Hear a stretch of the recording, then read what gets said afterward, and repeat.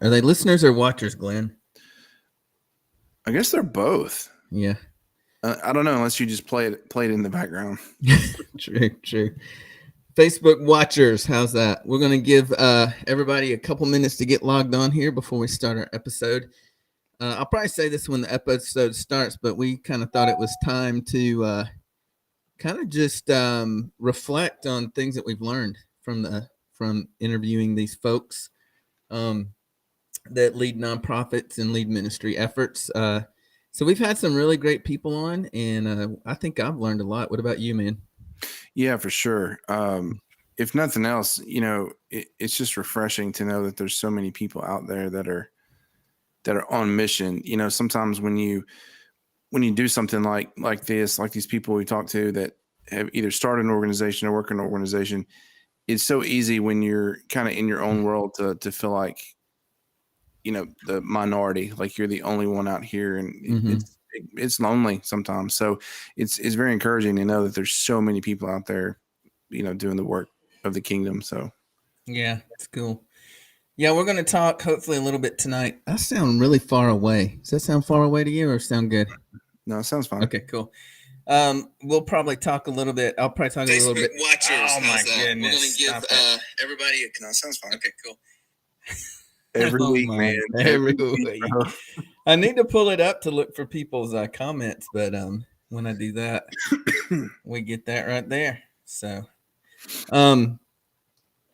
yeah, just talk about a little bit tonight about what qualifies a person to be called in the we'll use some Bible examples. We don't often use a lot of Bible in this episode, but we'll probably use a couple Bible examples tonight. And yeah, God just looks for he looks for the heart, not the skill and not the qualifications. So that's kind of where we're headed tonight once we get the episode started. So yeah, and those of you guys, I see there's a couple. Kevin, you're probably one of the two that's logged on right now. But as you guys hop on here, shoot us a comment, let us know you're here, let us know you're watching, and we'd love to talk to you, during the show. So yeah, since it's just us tonight, and we're not going to get anybody's way. If you guys comment, we might can mention it on the actual episode tonight. So feel free to jump in. Did you, Kevin? Did you get Jim his pint of paint? Quart of paint. Quart of paint. Okay. Oh, Ken Dillingham. Yeah, I did contact him, and he was super thrilled. He actually sent me a picture of a couple pieces of furniture that he's already painted with Annie Sloan, so that was cool. So he's actually an Annie Sloan user. So, and it's kind of is like drugs. And once you use it, you get pretty addicted to it. So wow. I guess he is officially a user. But yeah, I'm waiting to hear back from his wife on what color she wants. But they were, of course. Yeah. So as soon as we get that color, we'll get Jim to mail it out to him. So why don't we give away a Kingdom Effect T-shirt tonight? Oh, that's awesome. What do you think about that? Yeah, let's do it. How you want to do it? We haven't even talked about it. Let's just do if like, share, and comment. No matter what your comment is, just like the video, share the video to your page, and leave a comment, and then we'll pick. Let's see. Here's our first one. Yep, there's a comment right there. I don't know. It says Facebook user again, so I'm curious who that is. Maybe it actually says it on Facebook who that is. Yeah, I'm sure it probably does. I'm growing the beard back though. Since you brought that up. Whoever that was missed it over the last couple of weeks. It was just smooth. At least now you got a little bit of stubble. Yeah. In the process. Yeah. I just woke up one day and said, I'm going to try something different. And I do that about every year and a half.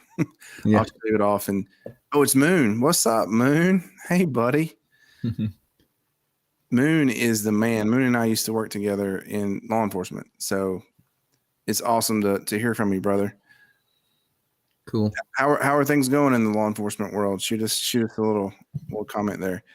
But yeah, so I just woke up one day and said, I'm going to shave it off and try something new. And then I instantly regretted it because I didn't know, but my beard covered my double chin. And my wife, turns out my wife's a fan of the beard, so it's got to come back. Cool. All right, you ready to get this episode started? Yeah, let's roll with it, man. Let's do it.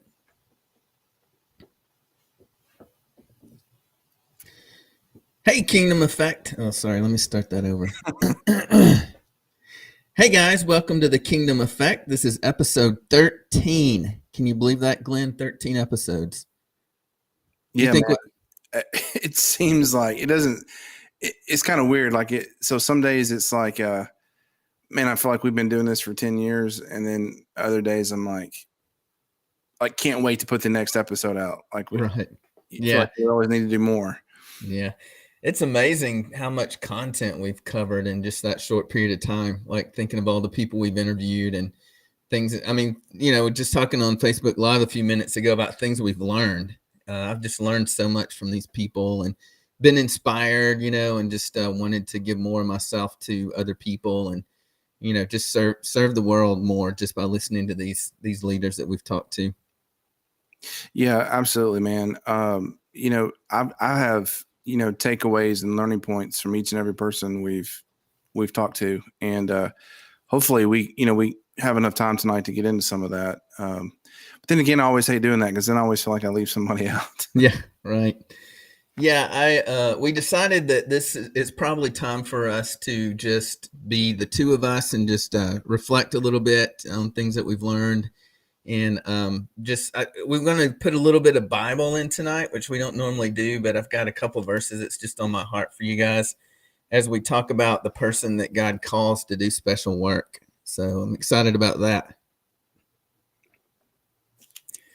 So we'll get rolling here. So when you think about, and what we decided to call tonight's episode is really simple. It's just qualified ? And that's one of the things that as you kind of think about your life and, there's certain things in your life you're probably skilled in and you've got some qualifications for, but you may not feel qualified for what God calls you to. That's how it often goes. There's story after story in the Bible where people like Moses, God called him to speak to Pharaoh, and he apparently had some kind of stuttering problem and just didn't feel qualified himself. But what's cool about the Bible is that often God calls people who are not qualified, which is kind of counterintuitive because if you think about hiring someone for a job, if you're interviewing people, you're looking for the person that has the skills that you need to complete the job. But what's so cool about the people God calls is they often don't have the skills that they think or that we think that they need. And so that's one of the things, like as we've talked to all these people, I mean, they're very qualified in what they do, but just their initial call is often into something that they have no experience in or no skills or no training in. So that's been kind of something that I think has been real common among the stories we've heard. Have you noticed that, Glenn? Yeah, absolutely. I mean, even in my own experience, being called into different types of service, whether it was, leading worship at church or whether it was, joining the military or the police force or, ultimately doing the human trafficking work. You're always like, man, God, why me? So many other people out here that are more qualified than me. And it's always, but you know what? I can ask why, but doesn't mean you have to tell me. I just have to go do it. And maybe one day you'll tell me why you picked me. But it's really easy to doubt yourself for sure. For sure. One of the things I like to think about when I'm thinking about the person God calls to specific things is the disciples, like the 12 disciples Jesus called. And you think that, there was somewhere around 300 million people on the planet when Jesus walked. So there was plenty of people to choose from. And even if you just wanted to pick a Jew, like somebody that was qualified in Jewish law, there was, we don't know exactly, but I've heard as low as 1.2 million Jews and as high as 5 million. So there were a lot of Jews on the planet at the time that were very highly qualified, and rabbis and people who had made it to the top of kind of the Jewish religion. But he chose 12 of the most unlikely people. And we know they were unlikely because they were working in their families' businesses. Most of them were fishermen that were working with their dads or their families, or there was a tax collector that actually probably worked for the Roman government, and just people that you would not expect Jesus to select to change the world forever. Like if you think about the history of the world, right down the middle of history is this dividing line. And we used to call it BC and AD. There's other names now, but there's only really one thing to point to in the middle, and that's Jesus. So his life radically changed history, like legitimately changed history. And he picked 12 guys to do it with. And those guys were not currently following a rabbi until he called them. So we know that there were 3 levels of Hebrew school at the time. The elementary version was called Beth Sefer. Oh, there went something happened with my mic there. The elementary version started at about 4 or 5 years old, and all they did was memorize the first 5 books of the Bible. I'm sure you got those committed to memory, right? Oh, yeah. And in Hebrew too. Yeah, right. Word for word, the first 5 books. And then around the age of 10 or so, they entered their high school phase. And they had already learned the first 5 books. And the ones that really were successful actually went on to the next level and studied the prophets and the writings. But the ones that didn't actually went back and helped their family and their family businesses, which that's how we know that the 12 disciples Jesus selected were probably actually flunkies. So they probably flunked out of once they got through elementary school, they flunked out of school. And then the cream of the crop beyond that went to a 3rd level of school where they were actually chosen. Like a specific rabbi would just pick the top of the class, like the cream of the crop. And literally a rabbi would go to a person and ask them to follow him. Mm-hmm. And they would leave whatever they were doing in life and follow him as their teacher. And there wasn't really a reason at that point to give them more knowledge. It wasn't about giving them more knowledge because they'd already memorized the first 5 books of the Bible and memorized the prophets and the literature portion of the Bible, the art portion of the Bible. So it became about becoming like me. So it wasn't, I want to teach you what I know. It was, I want to impart to you a life that you can live that's like mine. So I want you to think like me. I want you to act like me. I want you to teach like me. And that's what a rabbi was. A rabbi chose specific disciples, or what they were called Talmudim, to follow him and become like him. And again, you would think that the rabbi would pick the cream of the crop, but he picked the flunkies. So it's just totally counterintuitive, right? I think there's a lot, you always hear that, God chooses people that are not qualified or, have no real, I don't want to say talent, but so that when they do accomplish all of these great things, it's easier to see, God accomplish these things and not, the person that he chose or called to go do this. And then also, you mentioned, you kind of equated this to interviewing somebody for a job. Like I know in my field, I can hire somebody at my office that's super qualified that I can hire them and turn them loose, or I can bring somebody in that has no experience.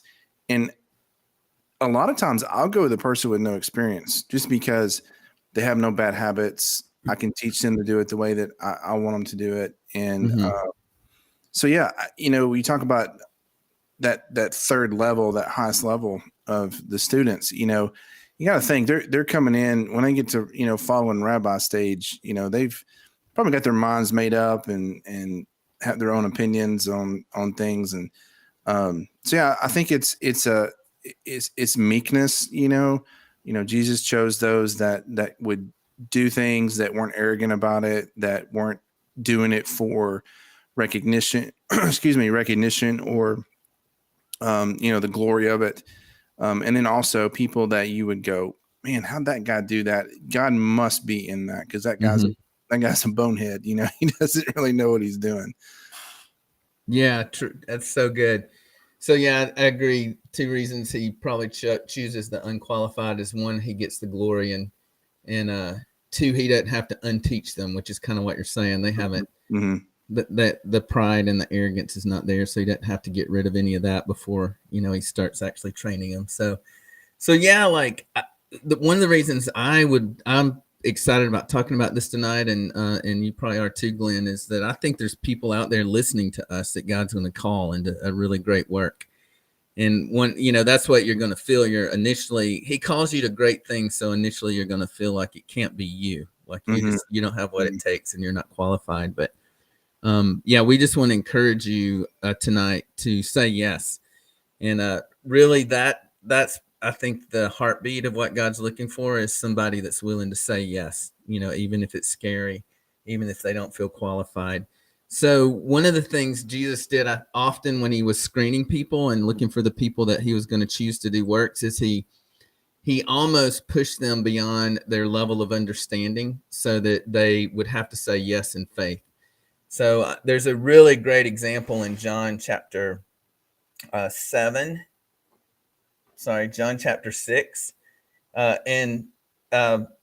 Basically the religious elite was kind of questioning Jesus about who he was.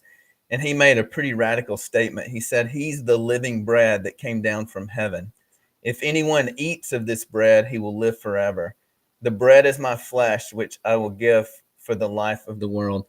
Think about if you had turned your back on your family's business to follow this rabbi, right? Or you had made some radical decision to turn away from the world you knew and to follow this guy, and your whole life was changed, and you staked everything, all of your trust was in this guy, and then you heard him say that in order to follow me, you have to eat my flesh and drink my blood.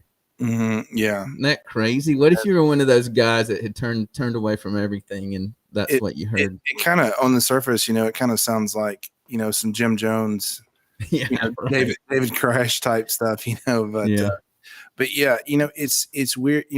We interviewed Leon Hayes, Simba, on last week's episode, and here you got a 65-year-old man who literally sold every one of his possessions and moved to Kenya to, live in the bush, at 65 years old. And that blows my mind. I read the book Radical by David Platt when he first wrote that book, and I'm sitting there thinking, man, yeah, I mean, that is a radical example of obedience.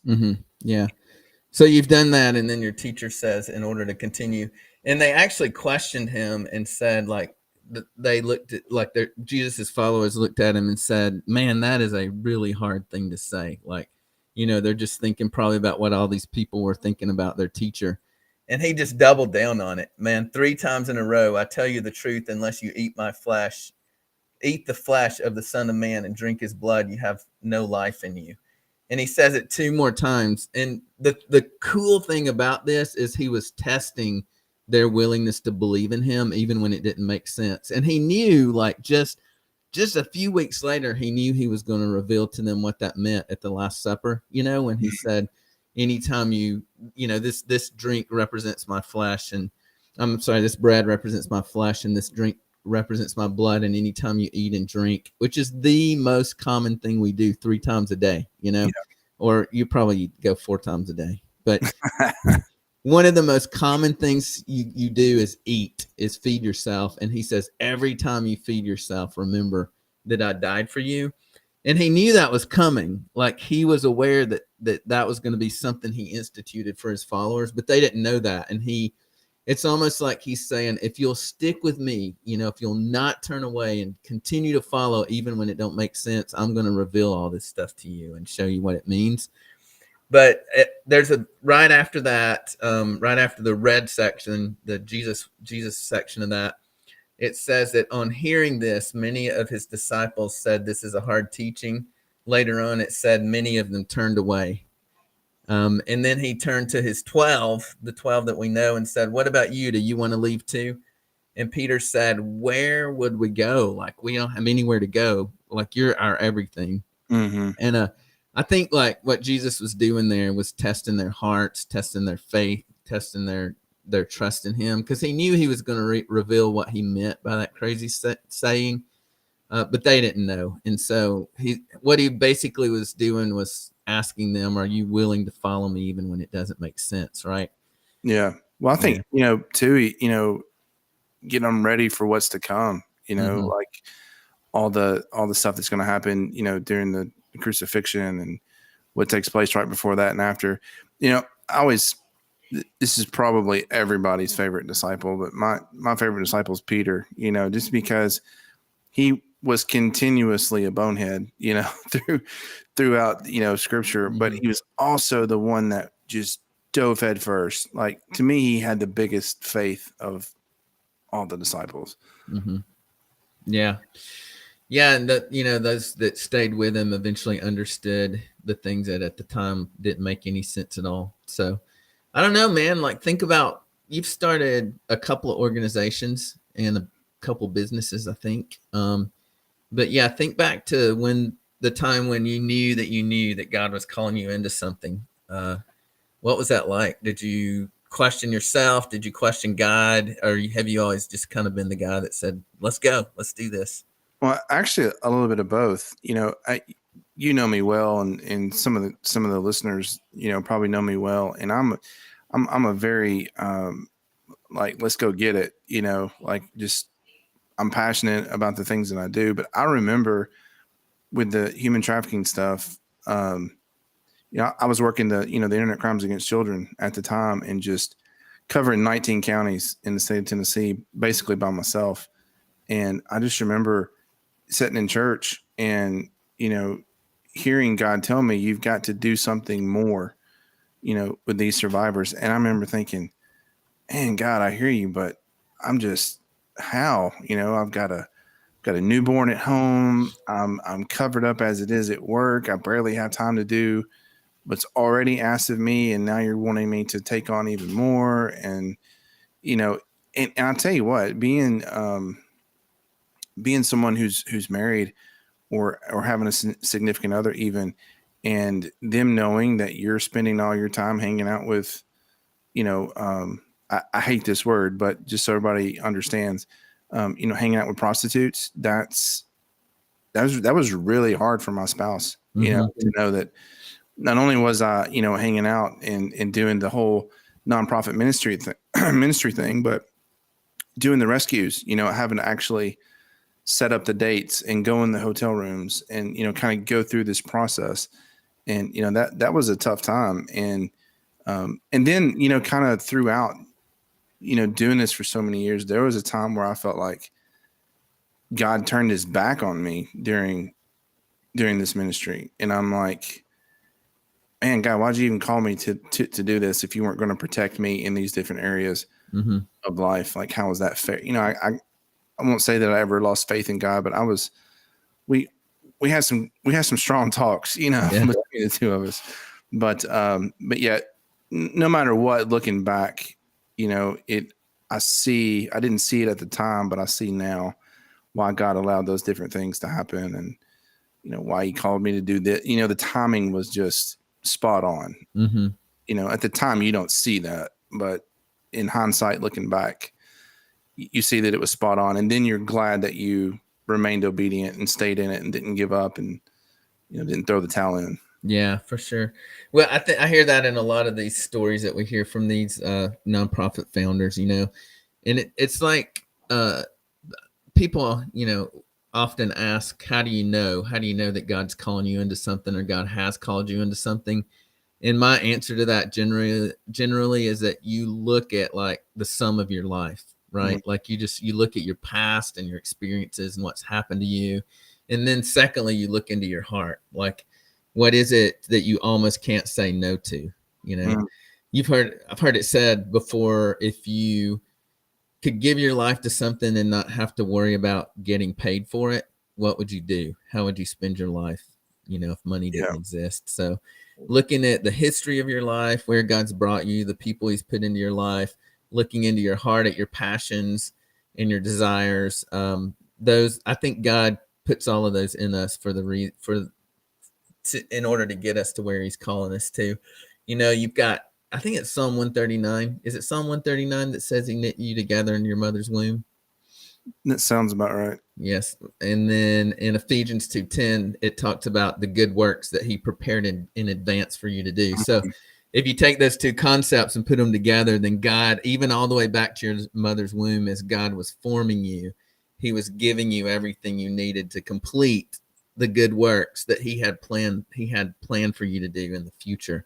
Yeah. So yeah, looking at your life, a lot of these nonprofits a lot of these young leaders we talk to, something happens in their life. Like, for example, remember when Amanda Root talked about losing a child and how that gave her so much passion for foster children, who need a better life.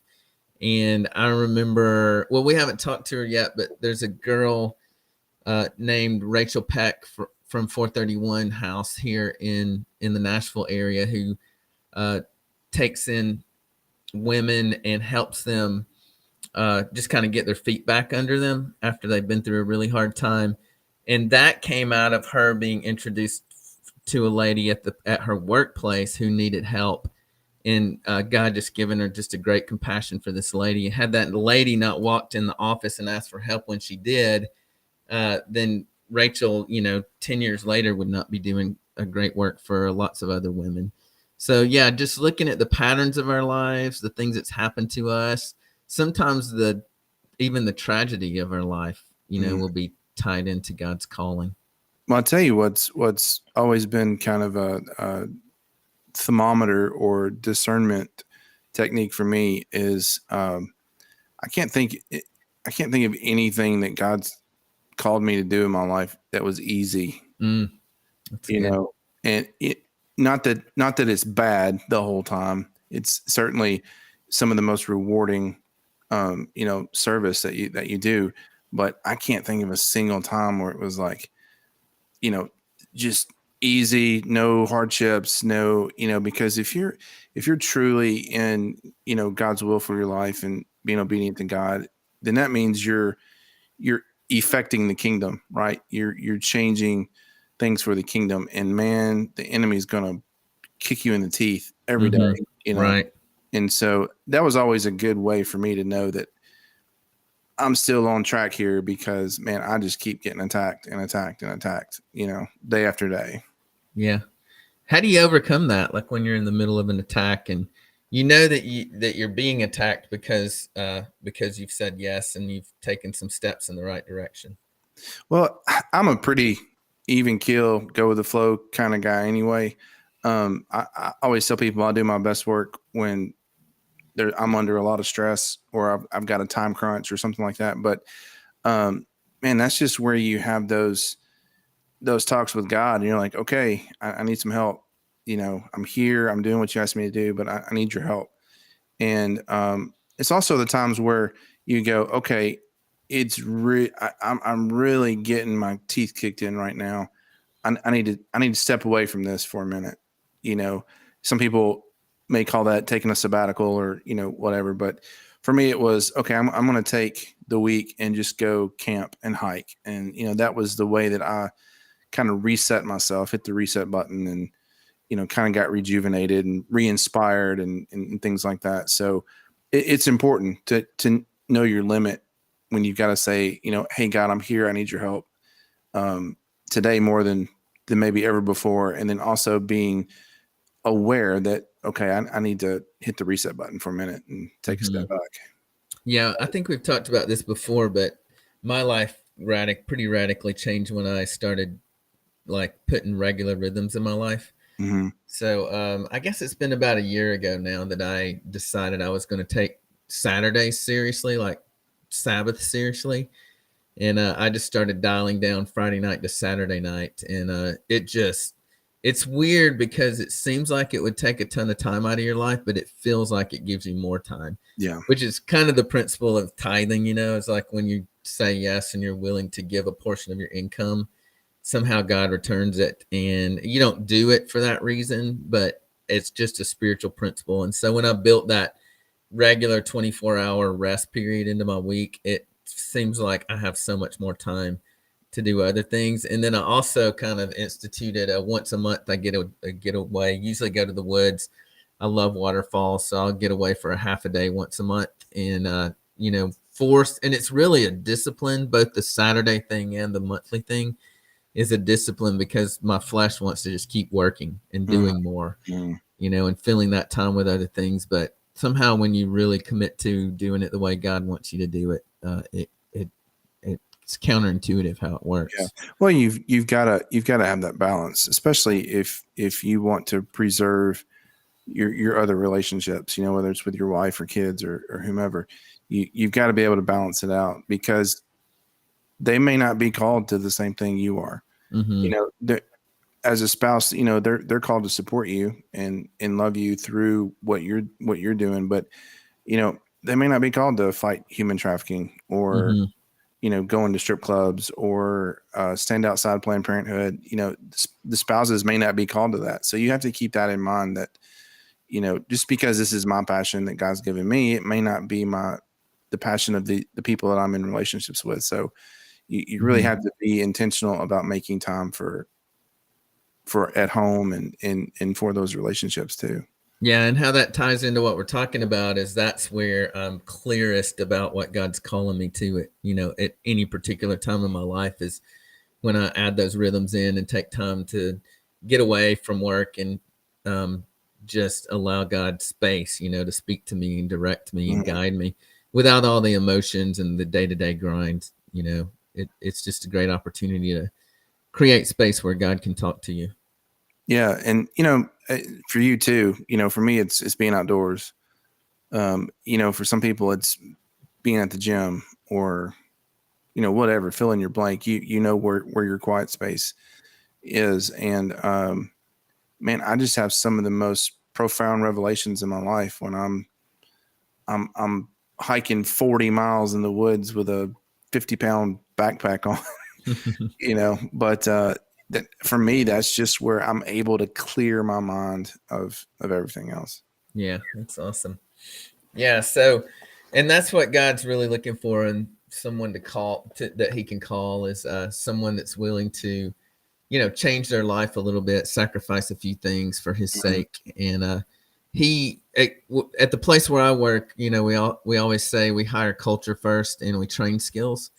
And that's kind of how God does too. Yeah. I think he never gives you what you need to accomplish a task before you say yes, or I should say very rarely.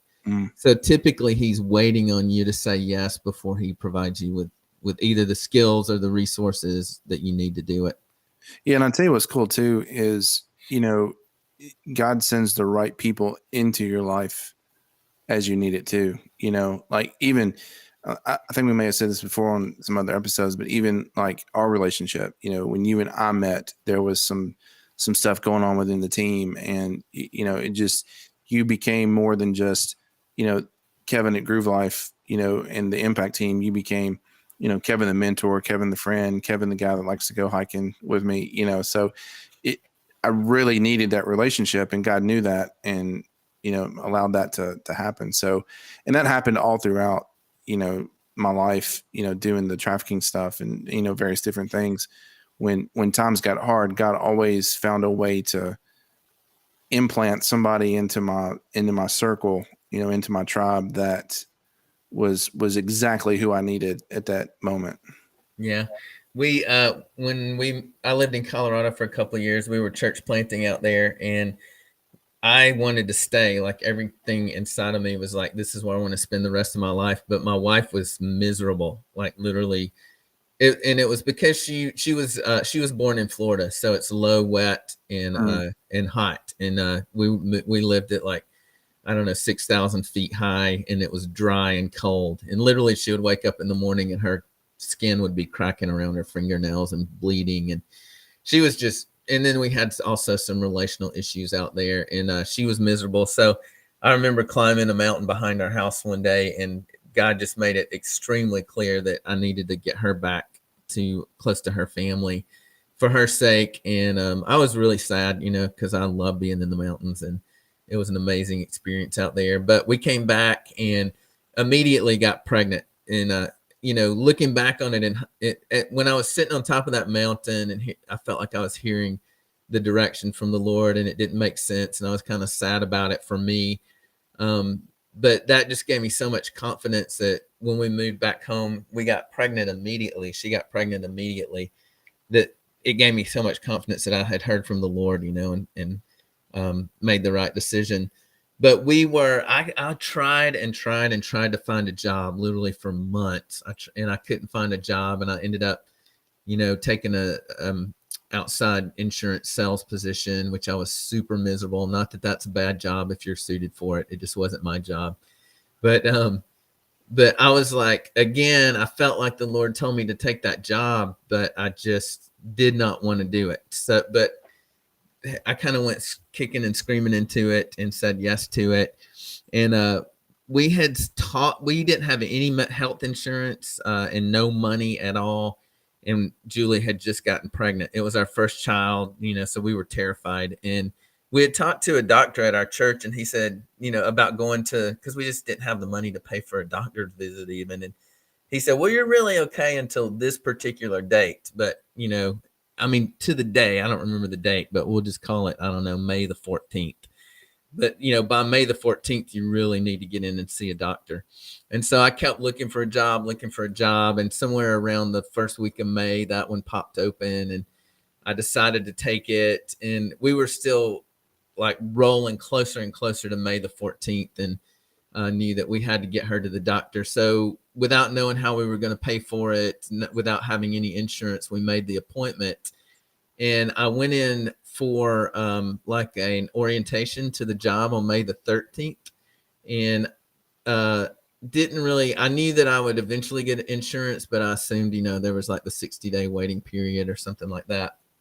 And as I was walking around out of the office after I finished my orientation, the guy that was orienting me said, hey, by the way, your health insurance starts on the first day of your job, and we'd like for you to come in tomorrow. Oh, So wow. the very day, which was 24 hours before the day that the guy said you really need to see a doctor, and we had made the appointment by faith, that very day our insurance kicked in. So it was just God saying, I'm telling you, I'm going to give you what you need when you need it. But he loves to test our faith, Yeah.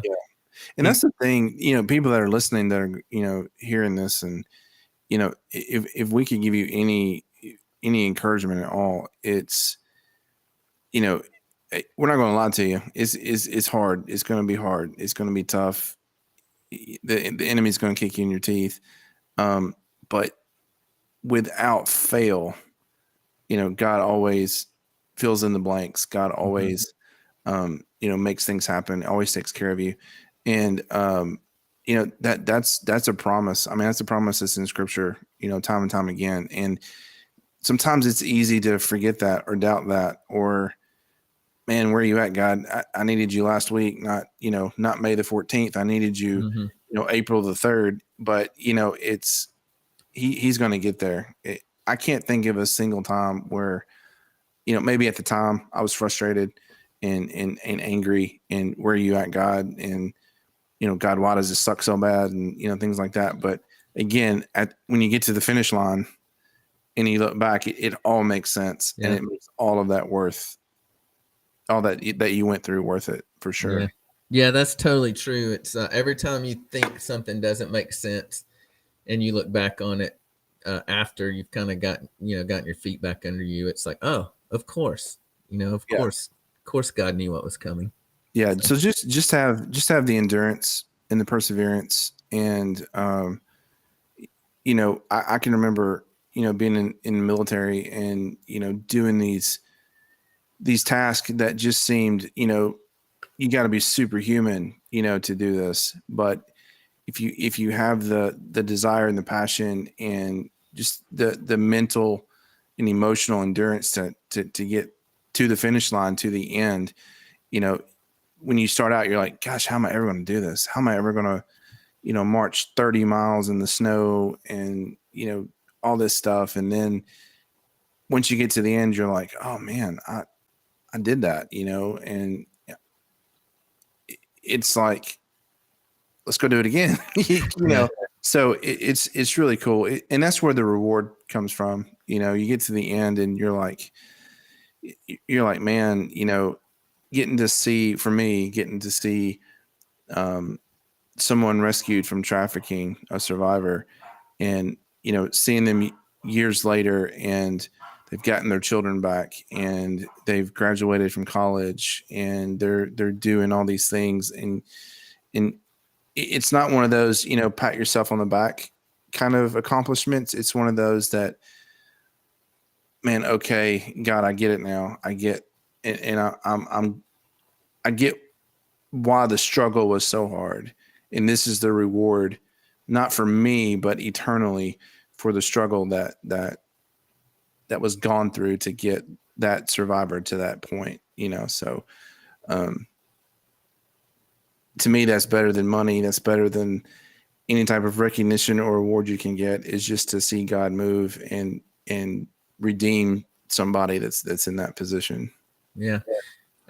We were talking about hiking, and I shared this with someone the other day, that I never climb a mountain for the sake of the climb, because the climb sucks. Mm-hmm. Like your legs are hurting and your lungs are hurting and you can't breathe. You don't climb a mountain for the sake of the climb. You climb the mountain for the view at the top, right? Mm-hmm.